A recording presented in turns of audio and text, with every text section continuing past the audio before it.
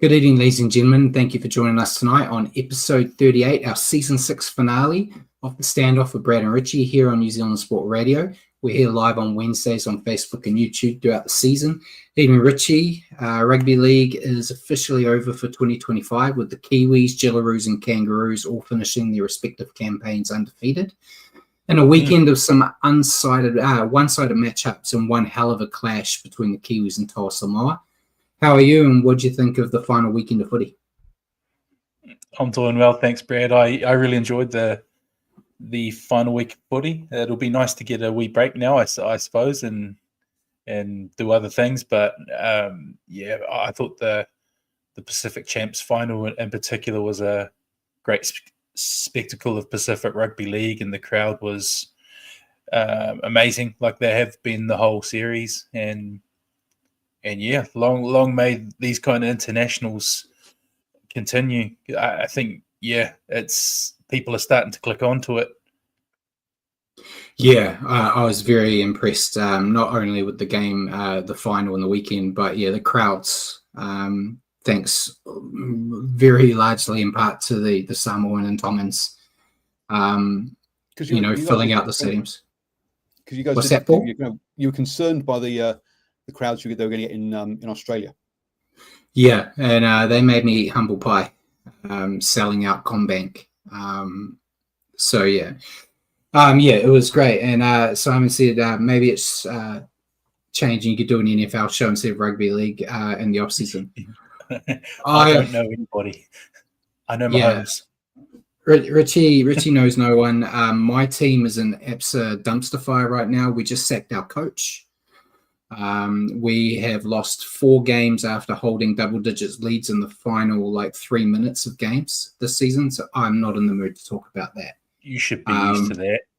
Yeah, it's the pain that keeps on giving, and I keep losing money on it too. I keep going, we can get the upset here, getting all excited, and then watching my money just go down the drain. Gamble responsibly. So while we're here live here on Wednesday evenings at 8 p.m, you can also catch our show at your convenience on iHeartRadio and Spotify. Just remember to search for New Zealand Sport Radio. As always, we're going to cover everything you need to know in the week that was Rugby League, including our top stories of the week, a review of the international finals. We'll then stop and answer some questions from you guys as well, questions we're prepared for each other. And then we thought we'd end the show with our highlights of Season 6 and the 2025 league season, because there's nothing to preview. So remember to send us comments and questions throughout the show, and we may as well jump straight into the top stories of the week, Richie. Sounds good. We just talked about this a little bit before we jumped on, but after declining his services a few weeks back, it sounds like the Warriors have made an offer to Nelson Asofa-Solomona, and it looks like it's a 2-horse race between the Warriors and Eels to sign him for 2026. I have had that thought in my head of the Mitch Barnett effect, where he could come over and Webster fixes the discipline in his game. But as I was talking with you before we jumped on, I don't think they don't need him, and 2, I don't know where you put him, because there's so many forwards the Warriors have already, including Morgan Gannon, who has just come over from the UK. Yeah, and who do you take out of that prop rotation? Yeah. So, it sounds injured. That's true, but that is, I suppose, the positive. If you ended up losing Touchwood, a Mitch, or a Fish during the year for a long period of time, having an experienced guy like him. But I'm still on the other side. I'd rather give the young guys a go. But time will tell. No doubt, as is our routine, it'll be announced tomorrow. It's not a bad bench bully at the right price. No, at the right price. If Webster wanted an adopt a bench bully, it doesn't seem to me his style, but if he could harness one.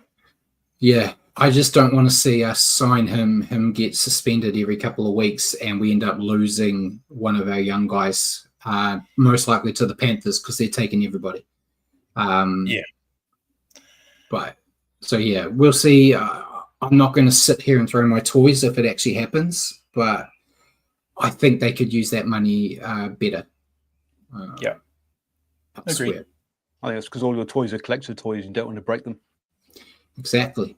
Another interesting one, mate. The NRL is apparently been thinking about making a rule change for 2026. Shock horror. They love to do it. But they want to bring the rule in Super League rules, mate. They want to have the side that scores would kick off to oppositions instead of receiving the ball again. It's their thoughts as a way to prevent blowouts. I don't like the idea of them changing it. It could stop blowouts, but you think of all those games we've had recently where a team's come out of nowhere to win a game from behind. Yeah. That's going to go away if you score and then automatically you don't get the ball and the other team does the whole takes 20 minutes to do their set of 5 to draw out the time. It should be a skill or an art form to turning the momentum of the game. Yeah. Not just hands. You don't want to have to keep kicking off, improve your D. 100%. So yeah, I'm hoping that doesn't happen, but it's not a new season of the NRL without a rule change. So I know it's an unnecessary one though. It seems very unnecessary. Yeah, most of their rule changes are, mate. Yeah. Gus Gould, mate, he has come out publicly and stated that the Bulldogs are not interested in signing either Tino Fa'asuamaleaui or Jerome Buller, saying their roster and salary cap are full. So let's expect in the next couple of weeks their signings announced. I've heard him lie before. Yeah. Yeah. But yeah, I don't think they're players he would need. A fullback wouldn't be too bad for them. Yeah, I mean, is Buller light worlds better than Connor Tracy? I think on potential Maybe he is, on potential, yeah. Right now, not. I think probably the same. But yeah, I've also heard rumors that Buller wants to extend with the Tigers. He's happy there. The only problem is he's got Isaac Moses as his manager now, who the Tigers don't like. So we'll see what happens there. But yeah, Tino, it sounds a lot like he'll probably end up leaving and going back to Melbourne. That seems like the most obvious thing. And I don't see him wanting to take another big money to an unproven team like he's already done with the Titans by going to Perth. We'll see. It depends on what he wants more. Because if he wants premierships, he'll go to Melbourne. If he wants money, he may as well stay with the Titans where he's getting paid shitloads of money. So we'll see. Next one to hurt Paul a little bit. After going down 0 for 3, Sean Wayne is under pressure as England's coach, with rumours swirling that they're potentially interested in speaking with Michael Maguire. Michael Maguire potentially add another tick to his boxes, man. Imagine winning with the Kiwis, winning Origin, winning a premiership, then winning a World Cup with England. It'd be a nice little tick. I don't know if the Broncos would want to let him out to be the coach, because the World Cup takes a lot more than just playing a couple of games at the end of the year. Yes, right. And Madge would pretty much be. He had a lot of naysayers, particularly from some of the Broncos' old boys. From this podcast too, mate. And from all sorts of areas, but I think he's pretty much well and truly royalty in Brisbane now. So you're right. I don't know that they'd be too keen on him looking at other things like that. They'd want to lock him down. I think the only positive out of it is it's been played in Australia. So he could be at home. But, I like Sean Wayne. I was a big fan of him back in the day, but he just seems to be completely way off the thought path that everyone else on the planet seems to be with his squad and what he could do. Yeah. So not saying that I expected them to win any of these games. I think we both predicted before it started they'd go down 3-0. But I expected to see a bit more fight out of them. And so it says the problem with England is they don't have any decent fixtures in the mid-season. They don't have their own version of State of Origin.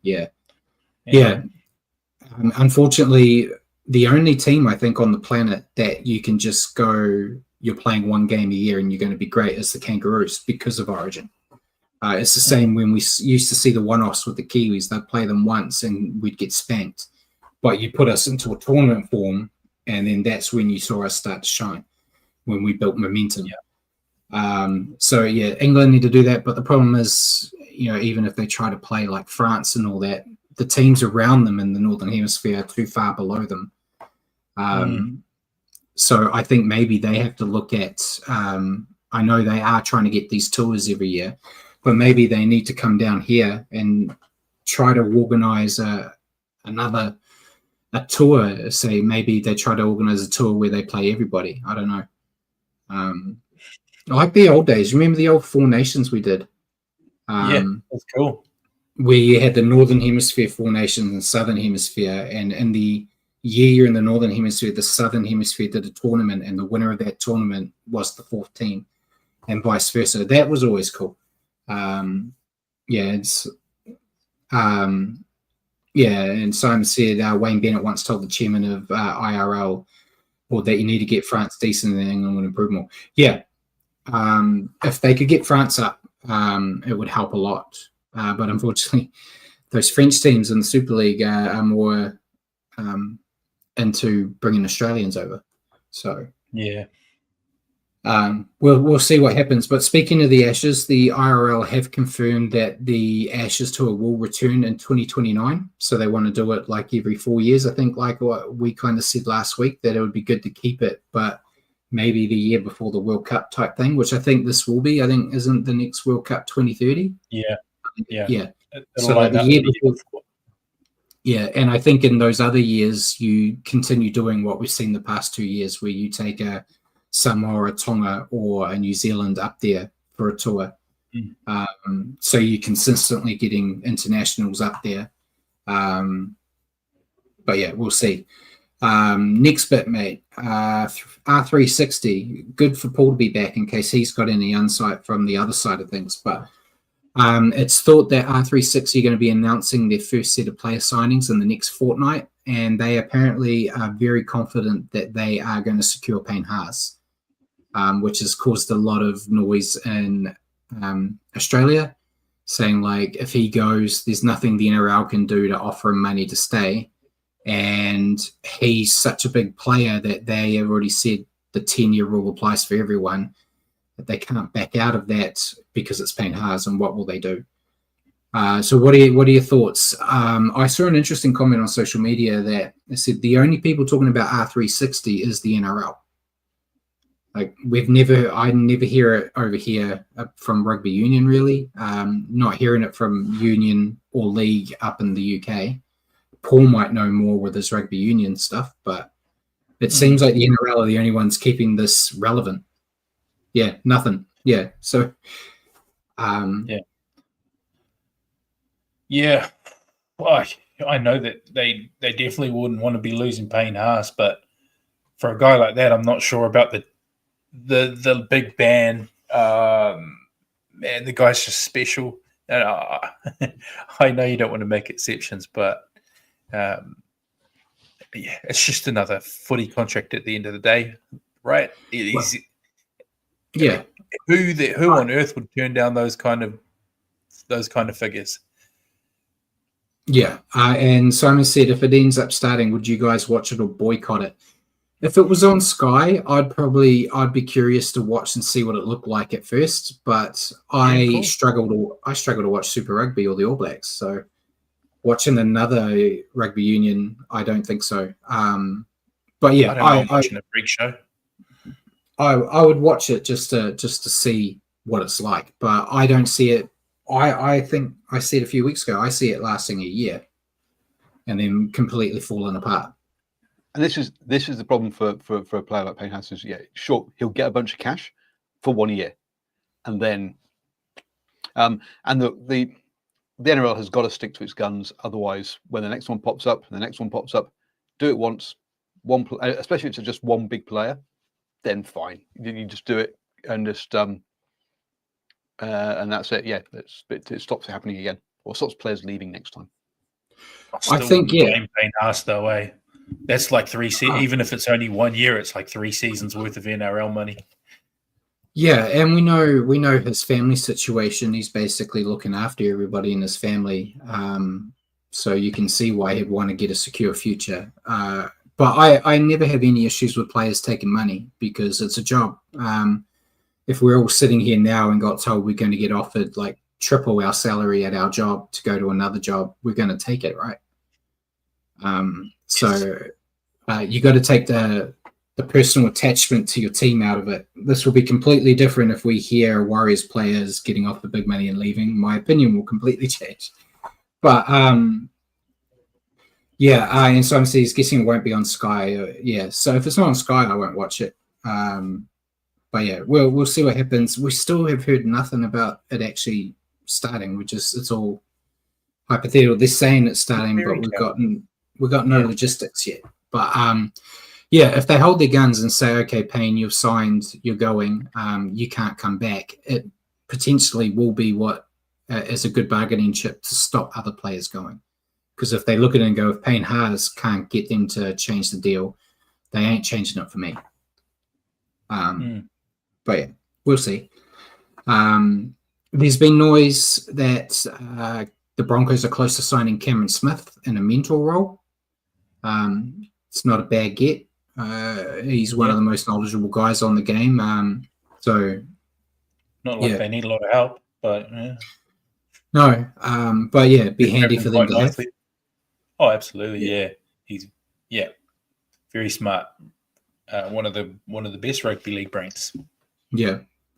And then we'll go into Ali Katoa. The NRL's investigation. I've heard mixed reports. Some people are saying that the NRL's investigation is over, and others are saying that it's on pause right now because they want to interview Katoa before they finish. So depending on who you ask, they haven't spoken to him yet because they want him to focus on his recovery. His family have spoken, said he is tracking well, and he looks to be getting released from hospital. Could be as early as tomorrow, but this week it's in some capacity. So I am hoping we get some news. We won't be covering it because we will be on our holiday, but I think it'd be good to see what they come back with and what repercussions come from that. Because it's not a good look, and I haven't been happy with Tonga's responses so far. They've even gone to blaming the stadium, blaming Eden Park for it, saying that Eden Park didn't provide them with any footage of it, which I don't think the stadium's responsible for managing your players. But we'll see what happens, and hopefully we get good news for Katoa on a health basis and his potential return sooner rather than later, not only for the NRL but for him. But fingers crossed. Next one, mate, this could be a bit of a discussion. We talked about it a while back. The Roosters had a 10-game ban for Victor Radley. You don't have this on your notes because it's new. They had a 10-game ban for Victor Radley for the police investigation and stuff about him and Brandon Smith. They have now reduced the ban. They've reduced it to 5 games now. So they've cut it in half. And it's going to end up being nothing because they're counting the 3 Ashes games for which he did not play and the 2 preseason matches next year as 5. So he'll be ready to go round 1. So no ban at all. Which it's their own prerogative. The NRL didn't enforce them to make a ban, so it's up to them. But it kind of, they drew their line in the sand and said a hard stance. Well, they backtracked already. The hard stance was anything involving drugs, you're automatically fired. And then it went from we're going to fire Victor Radley to we're going to give him a 10-game ban to we're going to give him a 5-game ban that's backdated. So he's good to go around really backtracked. Yeah. They've really backtracked on their own stance that they've made. What do you reckon? Yeah. I don't know, because I thought the ban was heavy-handed in the first place. That's just my opinion. There's been nothing officially done. Yeah, exactly. But, in saying that, it just seems like they came across like they were being all like cut, rule the iron fist about it, and then he's not getting any games at all. Yeah, I feel like it's worse than if they did nothing because no one was expecting them to do anything. So if they just left it, but yeah, we'll see what happens. We'll talk about the result in a little bit, but the World Cup men's nations squads have all been confirmed now. The last one was the qualifier, which happened over the weekend between Cook Islands and South Africa. But so we now have our 10 teams. They're the Kiwis, England, Kangaroos, Fiji, Lebanon, Tonga, Samoa, Papua New Guinea, France, and the Cook Islands. And it's going to be more, as you said before we jumped on, it should be a lot more competitive. I've got four out of the 10 that I think could win it, which is usually 2 more than usual. And Suncorp Stadium looks like they're going to get the final. But the draw will be announced shortly. But yeah, I'm happy with that. Simon said it's a shame the Rhinos didn't make it. Yeah, I wanted the Cook Islands just due to the fact of there's a lot of Kiwi and Warrior boys in there. So I want to see them do well, but it would have been great to see South Africa actually make it. And I thought they played all right. The scoreline shows that they didn't play very well. But for a team that had no one that's got any NRL experience or anything going up against the Cook Islands team stacked with NRL talent, I thought they held up a lot better than I expected. They scored a hell of a try. I don't know if you saw it. They didn't televise the game here, but I saw the highlights. And they forgot what game they were playing. It was rugby union for a bit, and it worked. They had a scrum, and they did a chip and chase off the scrum and scored a try from like 60 meters out. But yeah, they need to get those smaller nations involved more. And yeah, they've got to do something. The IRL, I don't know what they do with their time. And Simon's actually made a good point as well, saying maybe the Perth Bears should start developing connections with South Africa. I forgot to mention it last week, Simon. There is a rumor. Apparently, they are looking to South Africa for talent. So that is apparently something they're already looking at in the background. And if that happens, if they can get a couple of NRL players into their team, that could do wonders in helping them out. But yeah, it's good to see some of them trying to improve. We've got a picture that Paul will bring up soon, but the NRL has announced the round 1 fixtures for 2026 and confirmed the Origin fixtures. If Paul wants to bring it up, while he's bringing it up, the Tigers, they've complained. This is the second time out of the last 3 years they've got a bye in the first round. And they said, like, with 17 teams, there's no way that one team can get the bye in the first week twice in 3 years. They haven't confirmed. They did say they were going to look to AI about the draw. So I don't know if AI had a hand in this and just saw Tigers don't play in the first round often. Let's give them a rest. But yeah, so Vegas obviously kicks off 1st of March. We've got the Bulldogs, Dragons, Knights, Cowboys. To be honest, the least exciting, is it? The least exciting Vegas by a long shot. But we will be watching as we always do. Then the rest of round 1 kicks off a few days later with Thursday Storm versus Eels, Friday Warriors versus Roosters. Warriors get their first home game at home and against DCE in his first game as a Rooster. Second game on Friday is Broncos Panthers, which should be a cracker. Sharks Titans on Saturday. Seagulls Raiders on Saturday. That one's interesting because you'll have Fogarty going against his old team. And then they end it with Dolphins Rabbits. So Bennett and his apprentice. So it could maybe they just threw in all the storylines from last year for AI and said try to figure out matchups around them. But it's not a bad round. We'll see what happens when the rest of the rounds come out on how they're going. Simon said he's very disappointed with the Las Vegas games. Yeah, I think it's our third week. You're going to start getting some bludgers because you can't have the same good teams every year. I think they could have, and I suppose they didn't want to stack it, so you had like one or two of your top sides there every year because they don't want to have blowouts, obviously. But yeah, there was always going to be a time when you had to have the Dragons over there, which was going to make it all look bad anyway. And then your thoughts on that before we talk about Origin, Matt? You happy enough with round one? Yeah, I quite like the challenge of the Roosters in round one at Go Media, and that Broncos Panthers game will be a cracker. But I think most matchups there have a bit of interest to them, which would be fun, Bring it on after a break, of course. Yeah, a break. Yeah. Yeah, and then Origin was announced too. So game 1, 27th of May at Accor Stadium. Game 2, 17th of June at the MCG.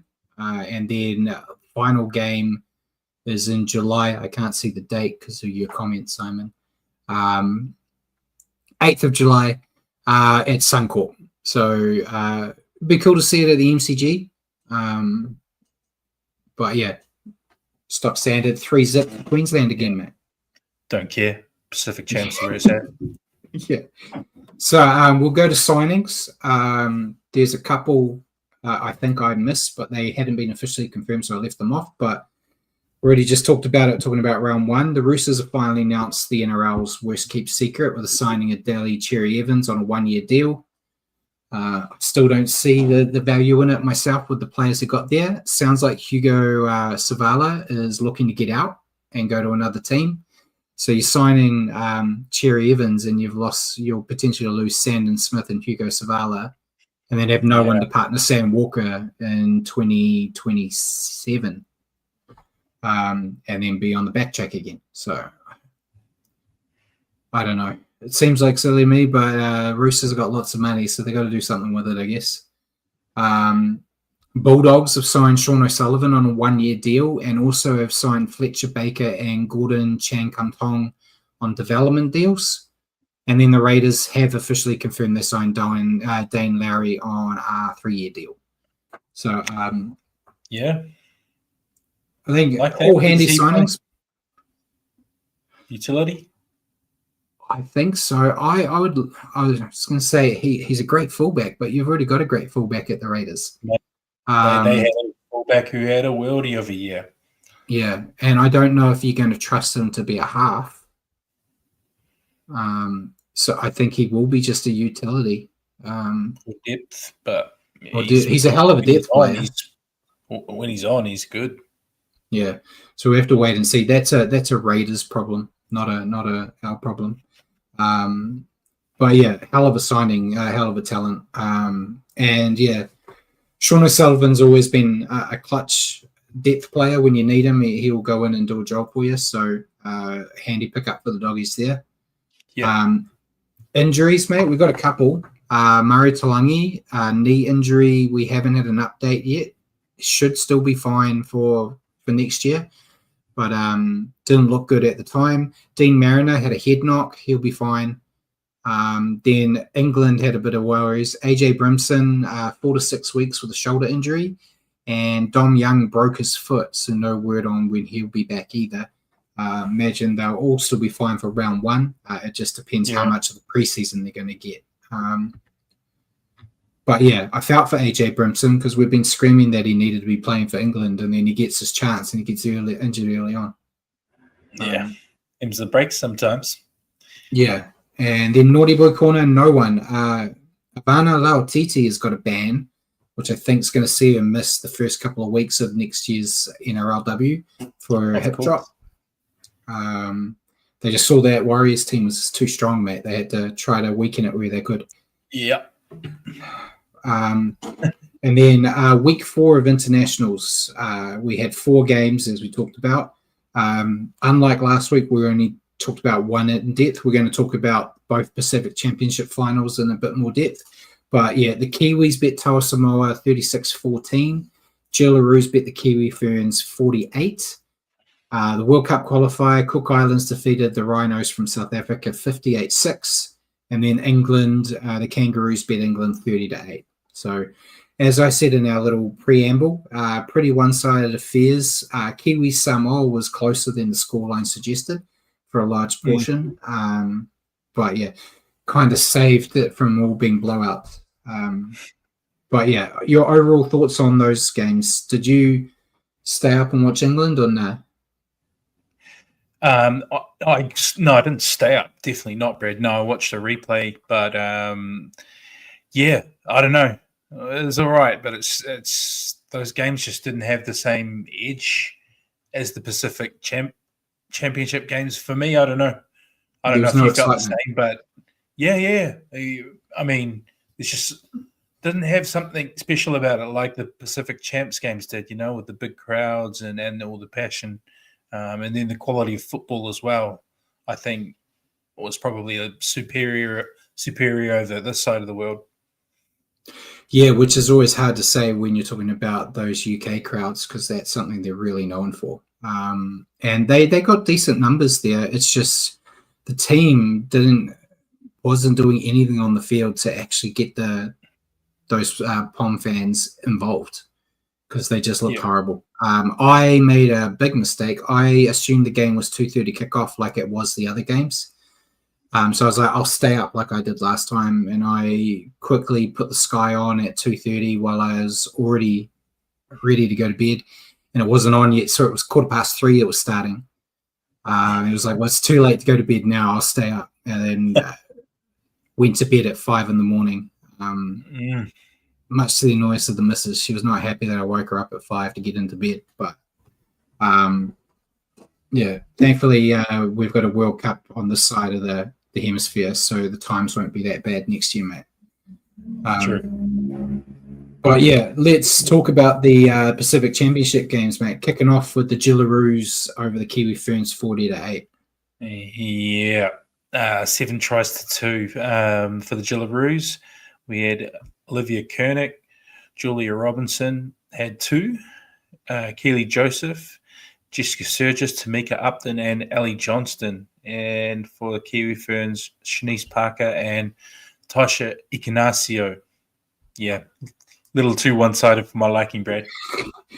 Yeah, I came into this match really confident. I put money down on the Kiwi Ferns and everything. I was like, we can do it. They were paying $7, and rightly, that was probably a fair thing when you look at the scoreline. I didn't think it was the prettiest performance from the Jillaroos. They had plenty of errors. I think they were up to like 13 or 14 errors at the end, but they were just too strong here, and it felt like if they held onto the ball, they were going to score. It was just inevitable. Threats all over the park. The extra spark given by Tamika Upton in a return had them in control from start to finish. And I'm looking too far ahead, but I don't see anyone touching them at next year's World Cup. I think you may as well give them the trophy straight away. Your thoughts on the Jillaroos? Yeah, I'd start etching their name on it. You might as well. This result's probably more what I expected the last time we played them as well. I just thought we did really well to contain them as much as we did last outing, but this one just illustrates the threats all over the park. I think it's just a difference in star power, especially when you throw Tamika Upton in there. Pretty much every position on the field has a game breaker that can make line breaks or score. So yeah, although we've got a lot of that too, I think they do literally have it pretty much 1 to 17, and the difference in the spine as well, the difference in class there, just feels like there's such a gulf, which is unfortunate. But I'm hoping with the Warriors NRLW team coming in and hopefully more Kiwi girls take up professional league and that gap starts to close. But it's a big one right now. Yeah, and your thoughts on the Kiwi Ferns? Yeah, I thought we definitely tried our hearts out, maybe a little too hard at times, and yeah, poor discipline, poor handling. You mentioned the 2 sin bins. Yeah, we hurt ourselves a lot, and that's exactly what you don't want to do against a class team like Australia because they don't need a lot. You give them an inch, they'll take a mile, and they definitely did, and they sealed it up. So, commiserations to the Kiwi Ferns. A lot of players in there I've grown fond of after watching the NRLW season and having the Warriors back. I just hope we take the lessons and get better from it. Yeah. Before I talk about them, your thoughts on them changing the halves for the final game? They took Malipo out and they brought in I can't remember her name now. I'm being disrespectful. Starts with T. Not a. You know what I'm going to say, Brett, because I'm a mess. We did actually watch it. No, you know what I'm going to say though, because I'm just a massive Malipo fan. Yeah, So Tyler King. Tyler King they brought in. Yeah. And she's great in her own right, from the Sevens background as well. But it's Malipo just brings, I think, a better skill set, particularly when you watched her goal kicking and all that, and she's hitting them from the sideline. She's got the better long kicking game and stronger defender. Stronger body. I don't know. I didn't make much sense of it, but it's easy to say when we're talking about 40-8 loss in the Wasp. Yeah, it's hindsight hero stuff. Yeah. But when they said it before the game, I was like, you've built that halves combo for the first 2 weeks, and then you change it in the final. It doesn't make sense to me. Especially when it wasn't injury forced. But yeah, her being in there, does it stop them from losing? I don't think so. But it was just disappointing. But hey, World Cup, we might be looking at Malipo and Broughton as the halves, depending on how they go. Although that could be a bit disrespectful to McGregor because she's been doing the job for a long time. But we'll see. But the Kiwi Ferns were just outclassed here. I expected a closer matchup after last week's effort, but they couldn't string together enough attack to trouble the Jillaroos. Their discipline let them down with those 2 sin bins. And just a humbling result that they can hopefully use to build up and improve for the World Cup. I think, as you said, it was a good point. Another year of the Warriors in the NRLW, giving some of the ones that are already playing in this team a bit more game time against, the Jillaroos quality oppositions, and potentially give some of them a chance to stake their claim and get into the side, because there were a few that didn't make it. I was hoping our winger was going to get a look in, but I don't know if I'm pretty sure she didn't say she was playing for Samoa, so I'm not sure. I don't know, but I thought she would have been a shoe-in. Also, the women's state of origin just gets bigger and sort of more, more and more eyes on that every year too. So I think they're going to get they're getting more of a gap from that as well, almost like the men's have always had that advantage, Yeah. So fingers crossed. I think it's still a long shot, but they should shore up at least to be a grand finalist at the World Cup. But we'll see. Your player to stand out, mate. I went to Mika. She just looks, it makes you nervous every time she gets near the ball.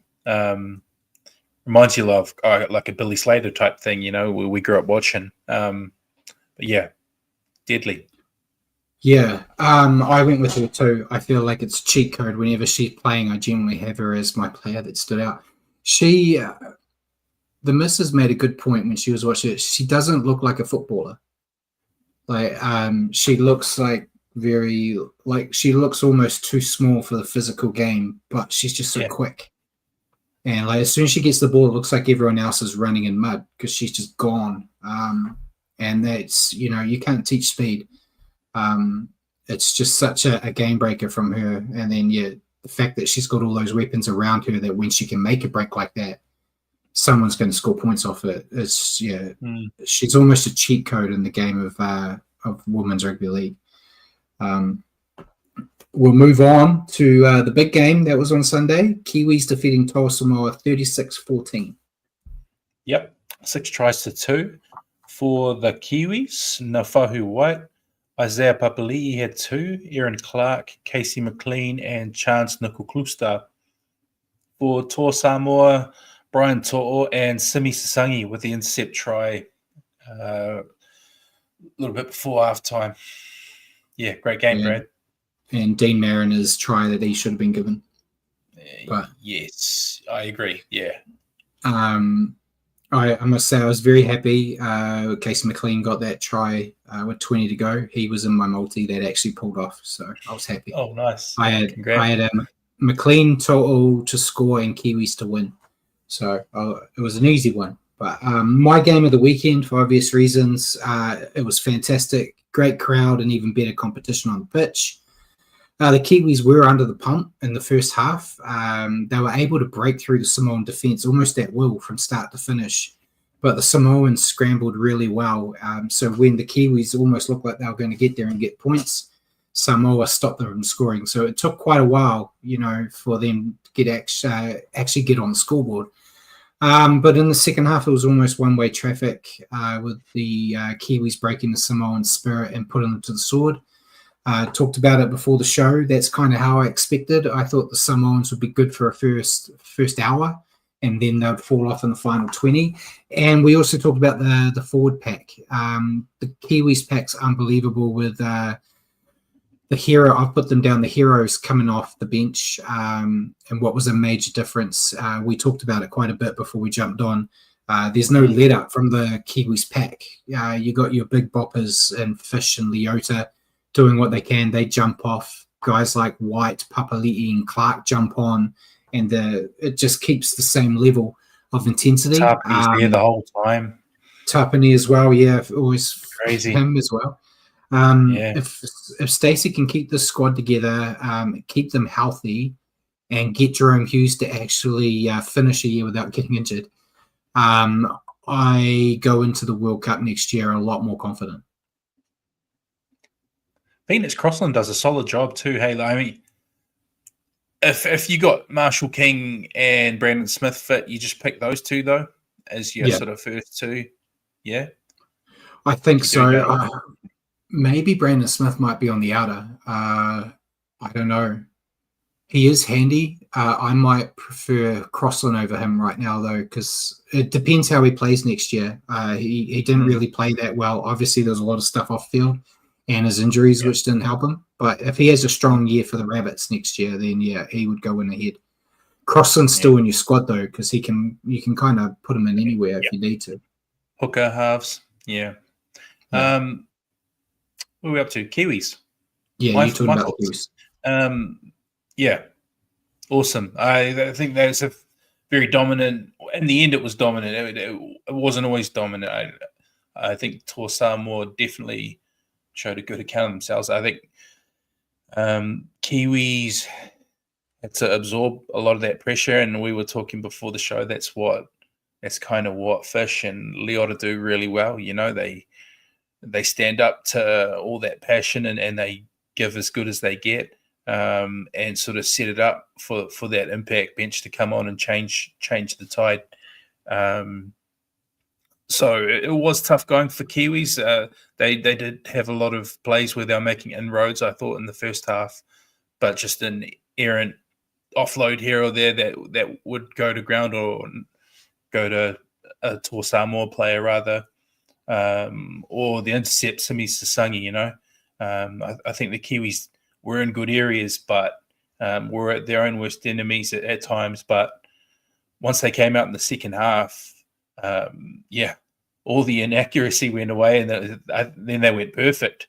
And Dylan Brown, obviously, I think got to be Golden Boot because he's, again, I think probably all tournament, but in this one he went nuts, and his running game was so deadly, and the try assists, and he just had his hands in everything.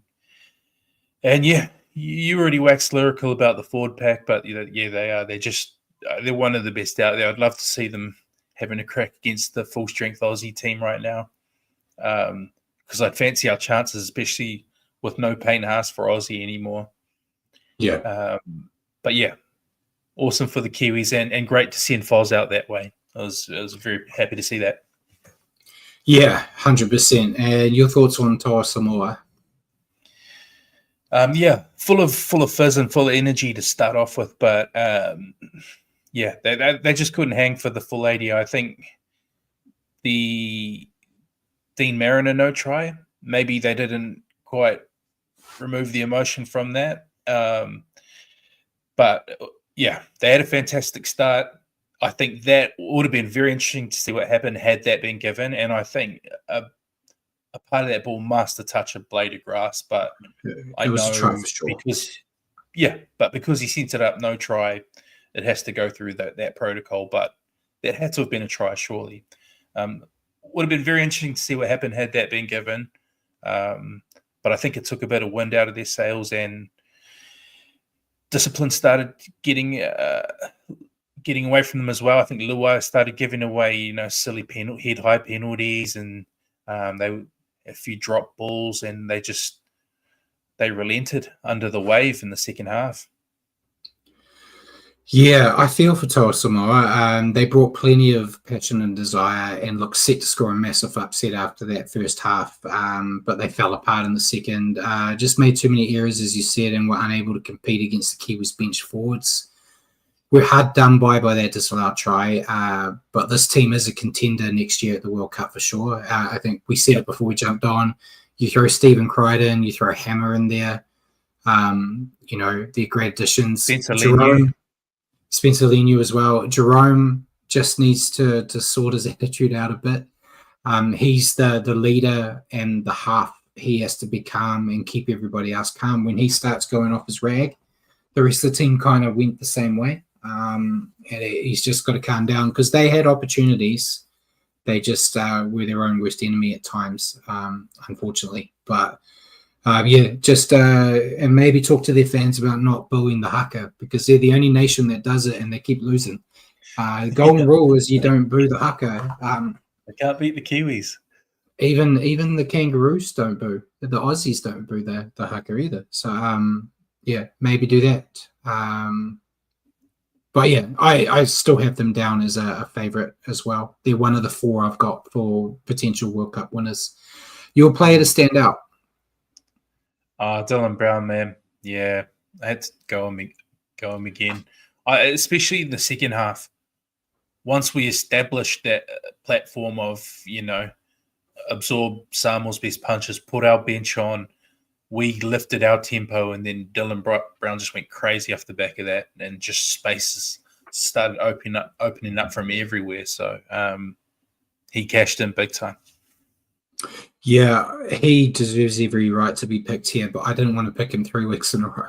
So I went with Nuff White, the big boy off the bench. I thought White, they even were talking during the game about how little games he's had NRL-wise and what he's doing out there. And he's well on the way to becoming like one of the top tier front rowers in rugby league. If he keeps this trajectory going, he's going to be a cornerstone of that Roosters pack. He's there. He's signed till 2029. I don't see them wanting to let him go. So probably long term. We talked about before we jumped on how much we would love to see him in a Warriors jersey. I wouldn't see it happening, but I would love him to get a bit homesick and play the homesick card. The Roosters, as much as we give them crap about their recruitment, they got a hell of a winner out of that one. Picking him up, the sky's the limit with him, and watching him just run over Roger, and I think it was more impressive. It didn't work, but he ran over Roger, and then he went to try to run over Payne Haas as well. So he was right into for the impact. I was very happy. Roger. Blaze Salangi's defense is a bit of a worry, eh? Yeah. Isaiah Papali'i he knew it all game long too. Yeah, they don't really have another option for the Samoa for the halves at the moment. He's They'll have a to look. He's a good player. great player. It's just He's just got to really shore up that side of his game, because it was I just mean, noticeable how much he didn't want any part of that matchup. yeah, I think another year running around with the Panthers will help him out maybe on that capacity. We'll see.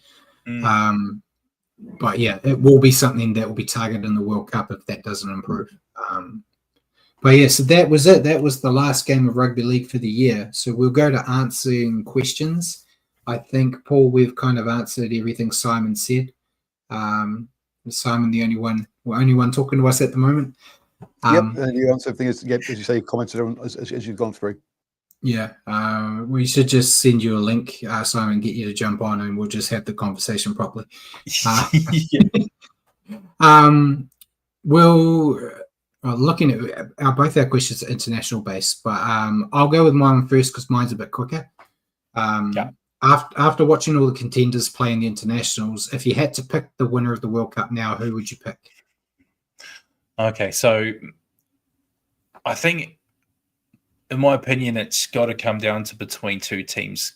We just talked a lot about one, the Kiwis, and the reasons why. You know, that forward pack is right up there, probably the best in the world. And you add Jerome Hughes back in there. He's a Dalian winning halfback.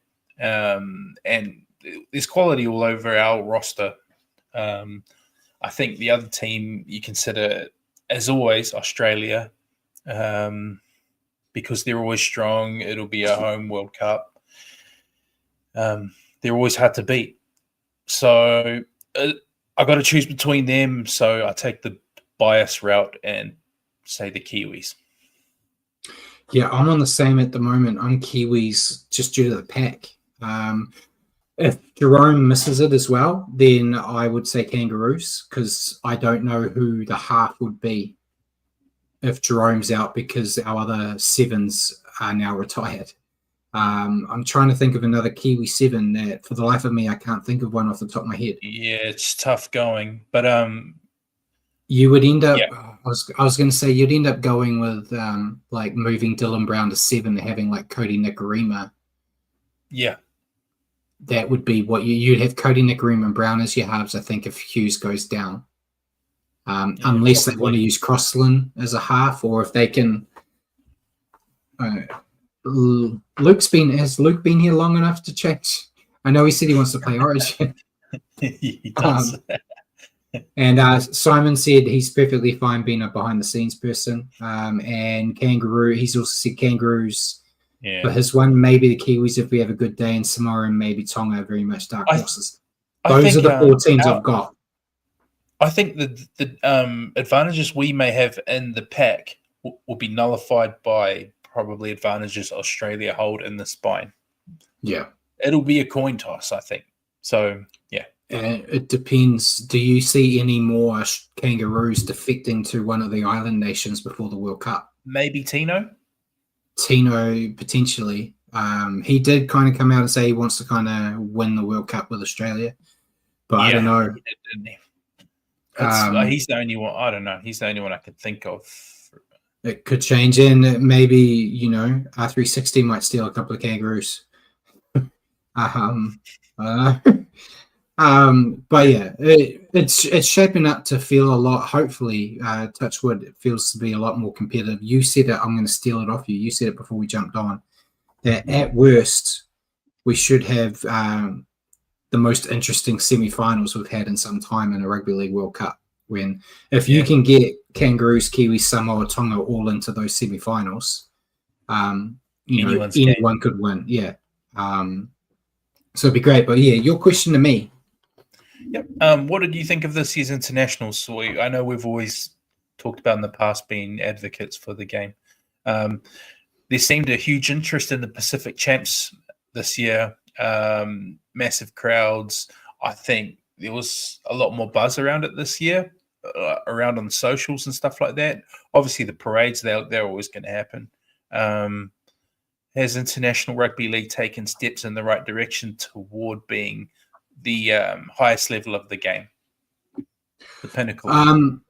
I think it is. It's always the pinnacle in my mind because I know the Australians love Origin, and Origin's where all the money comes from and that. But I think you could even say, even maybe post-COVID or even before it, it feels like you're just watching another NRL game now to me.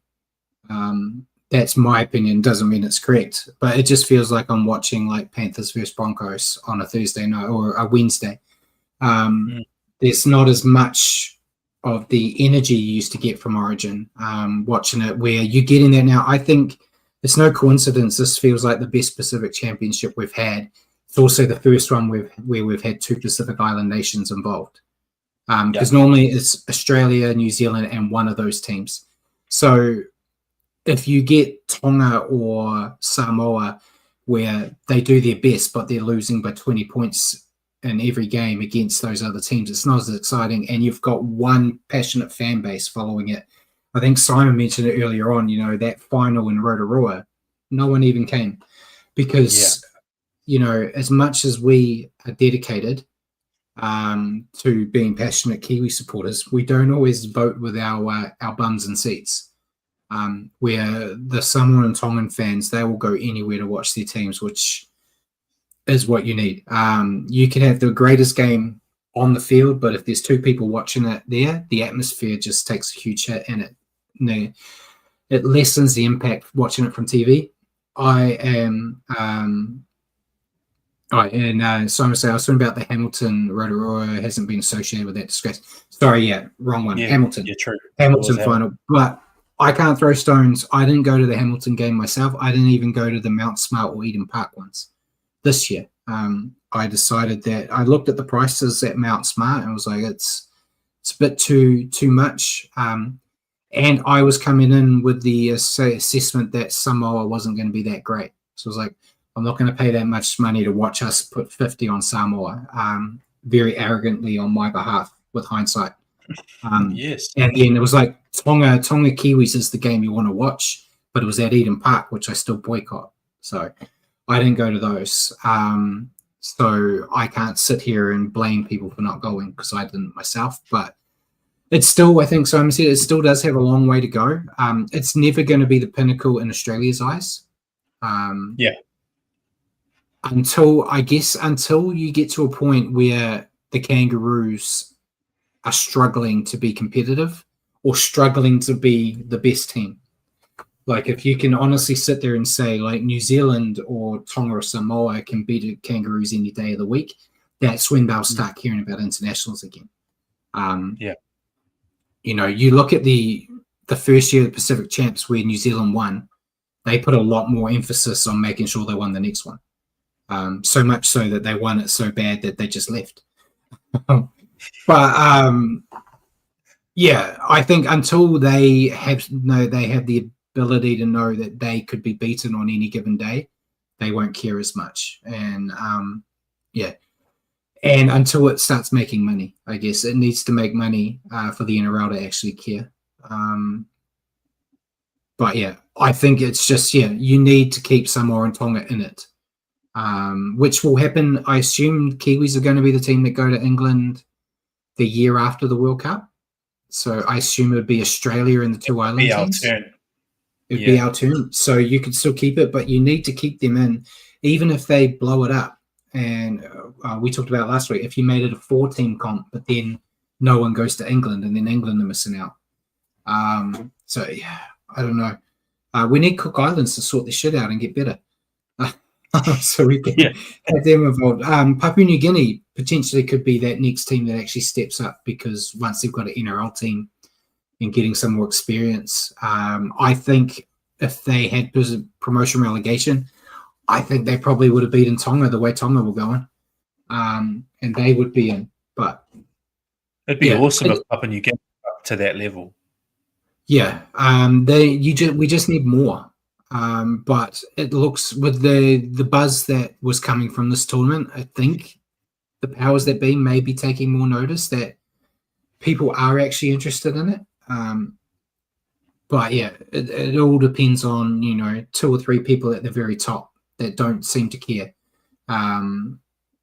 They seem to think the whole world likes people running around in blue and maroon, and that's it. where but yeah, time will tell. We just need a really good World Cup. Get that. If that World Cup is a success next year, then we can set things in motion. And yeah, Simon said Papua New Guinea makes the most sense. Fiji might be better with time. There's a lot of good players in that Fiji side too. So yeah, they are another team that goes up. And the Cook Islands, I expect the Cook Islands to step up too. With they got Murata now. Valentine Holmes will be there. KL Iro, who is one of those young players that would be guaranteed a Kiwi spot if he was playing, if he wanted to play for the Kiwis. So they got talent in there. They're not just got the hand-me-downs like they used to. Yeah, but with their small population, at the end of the day, they're gonna have occasionally have a good team, but I can't see it being a consistent thing that they just don't have the pool of players I wouldn't have thought to be consistently good. Whereas your Papua New Guinea's is a bit of obviously bigger population. Yeah, Cook Islands will mostly still be Kiwis. That's how they'll go. Yeah, it comes down to how many generations before you're allowed to. Doesn't matter, and it's not rugby union, Paul. I could play for the Cook Islands if I decided to. To say I feel it. I had a Cook Island neighbour, that counts. So it all comes down to who you identify with, right? Yeah. But I don't know. They could have Chance back. Chance was a Cook Islands fullback. We've got no disrespect for Chance, but that could help them out. But yeah, anything else you want to add to that? Since it was your question, I rambled for 20 minutes. Brad's just trying to draw the length of the show out for the last one. For me, I think it has taken. Wow, it's baby steps. It's trending the right way. I think the Pacific Champs in particular is starting to move the needle a little bit. It did more so for me this year, and yeah, maybe it's because Aussie wasn't there, and it just seemed like a very level playing field going in, and all the buzz of both of the Pacific fan bases. But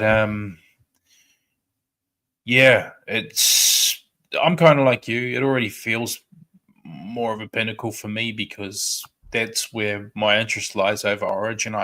I'll watch the Origin for a little bit of banter and because it's generally a good rugby league product, but I'll more passionately watch a Kiwis or Tour Samoa game 100%. Yeah. So yeah, from my bias point of view, it's starting to go the right way.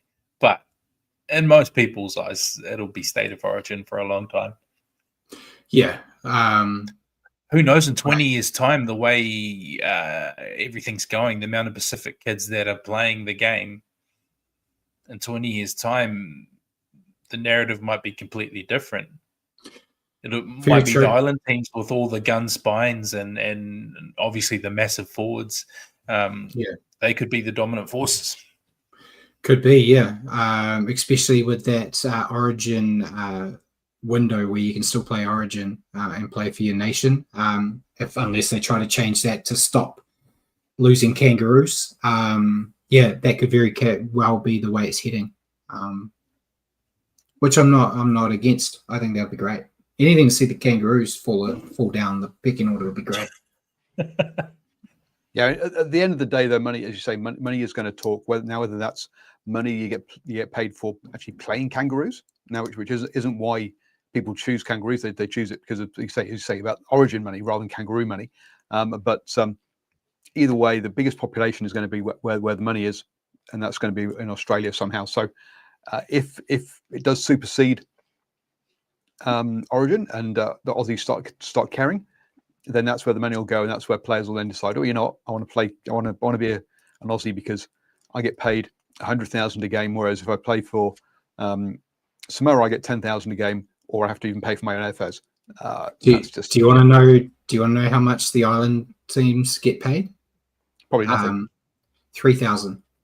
3,000 a game. Yeah, but the Kangaroos very, very nicely have downgraded their payments for Kangaroos to also be 3,000 because that is also, I think, what the Kiwis were paying as well. So all the Wow. internationals are paying $3,000 a game, but you still get $30K to play Origin. So what? Sorry, $30K Right. to play Origin. So that is also still a disadvantage, I guess, to the Kiwis, because you'll have a guy go, I could play for New Zealand, get my $3,000, or I could play for Samoa and play for Queensland and then get my 30,000. So, but that is where all the money comes from. So you want to pay them. Otherwise, last thing they want is everyone to boycott Origin to play internationals because they're getting paid more, and then Origin falls apart, and then we've got no money from the ad revenue. So yeah, but I mean, at $3,000 a game, I'm surprised there aren't some players who go, you know what, I'm not going to play international because if I get injured, then I lose my NRL money, and my NRL money is what that might be incorrect, but that was what I heard them say in the news announcement when they announced that they were bringing the Kangaroos one down to match the rest of the nations at 3,000. But yeah, that figure may have changed. Because, I'd see a lot of the Kiwis going, I wouldn't want to play for the Kiwis when they're getting smashed back in those days, and getting 3K out of it and getting injured, as you said, and missing the NRL. You look at Ili Katoa, if he potentially may even have lost his career with that brain bleed for $3,000. Makes why you go to 360 a bit more relevant too, I guess. Yeah. But it is good actually to have a it's not really a salary cap, but have a fair playing field on salaries. I think is a good move if they can keep that solidarity across the countries. That'd be a good move. Yeah, and I think that as long as Tonga make sure they actually pay their players, because that was an issue in the past, which is why they're not classed as the official Tongans, because the old Tongan board refused to pay the players and took all the money for themselves. But yeah, hence my comment of actually having to pay your own flights. Yeah, it is a problem that unfortunately not only Tonga, but I think Fiji and Samoa have had in the past in the union. So yeah, it's that in some ways having the international board holding all the money and playing all the players might be a better way for that to work. So yeah, that's it for our show this year. So we'll end it, mate, with our highlights of season 6. So I kind of threw it at you. It's what we did last year, so we're rinsing and repeating, but it's really just highlights of either what we did on the show, the year in general, whatever. We'll go one by one if you want. Yeah, why not? I've got 4. I don't know how many you got, but my first one was that we're still here talking footy, and we had our 200th episode this year, despite almost forgetting it and not celebrating it at all. But yeah, that was a highlight, a good milestone to hit 200. We just got to learn how to count how many we've done. Yeah, true. Your first highlight. My first one was the WAS rebound. So after missing finals last year, we make it back there this year, but poor start. Obviously, Vegas went on a great run. The emergence of Aaron Clark, coming of age of Metcalf, even though that was cut short. Sold out games every week. Then extended on into the club in general, the Harold Matts, New South Wales Cup, winning the title and then winning the state championship. It's a nice wee place, our club rests at the moment. So that's a highlight. It's got me feeling good. Yeah, my second one's basically the same. Plenty of signs to be excited about the Warriors' future with how the youngsters went and returned to the finals. And you said all that pathway in NRLW as well. Touch wood, 2026 feels like an exciting year, which generally makes it a lot easier to do this show when the Warriors are doing well. Your second one. Okay, I had to give the NRLW team their own spot here. Their return and all the buzz that brought with it. We had leading try scorer in Peyton Taki Moana. We had Ivana Lauatiti. How much of a cool story is that? Daughter of legend. and Michaela Brake, that whole big buzz around her, and it didn't last long, but she had a cool impact while she was there, and then all the signings start flooding in for this coming season. It's just so cool that they've got their own thing building, and I think they're going to be very strong next year. So they were, having them back and having them to talk about and follow was another highlight for me this year. Yeah, and they gave me a few Millie Elliott replacements, which was good. So that's always handy. Got ones I can watch every week now. Matakino Gray being my number one, and then Tyra on the wing, which I don't know if she's going to be playing because of Stacey Walker. So I don't know. Yeah. My third one was another year we were humbled in the tipping comp, but great to see so many people join up and kick our ass. I vow to be better next year, which I think I said last year as well. I want to at least make top 4. So that's my goal. Your third? I went the Pacific Nations campaign and the Kiwis becoming a 2-time champion. Their whole campaign was fantastic. Just the internationals in general, not probably save the Ashes. I think that was a bit of a snooze fest.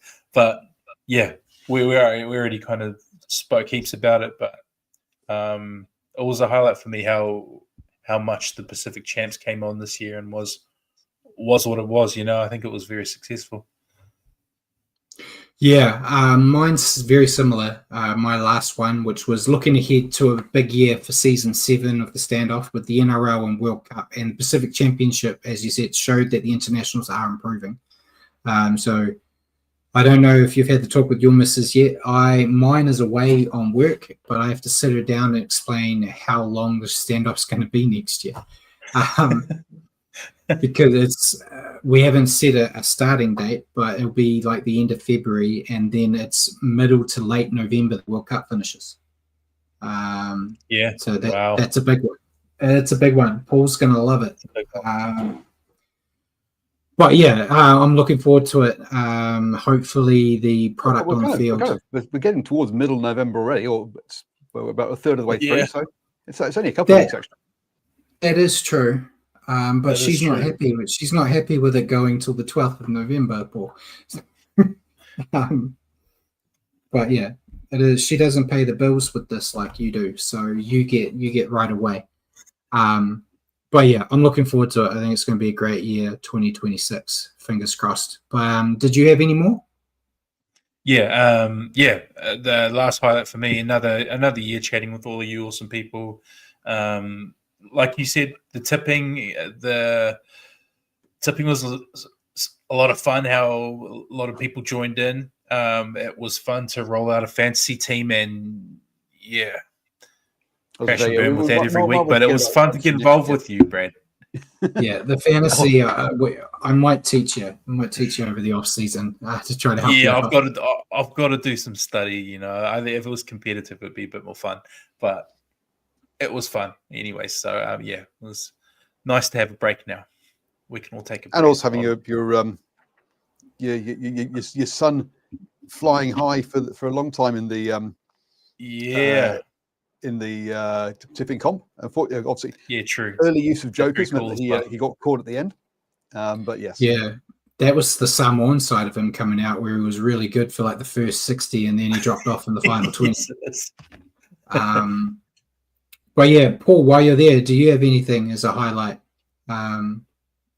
Just throw you on the spotlight.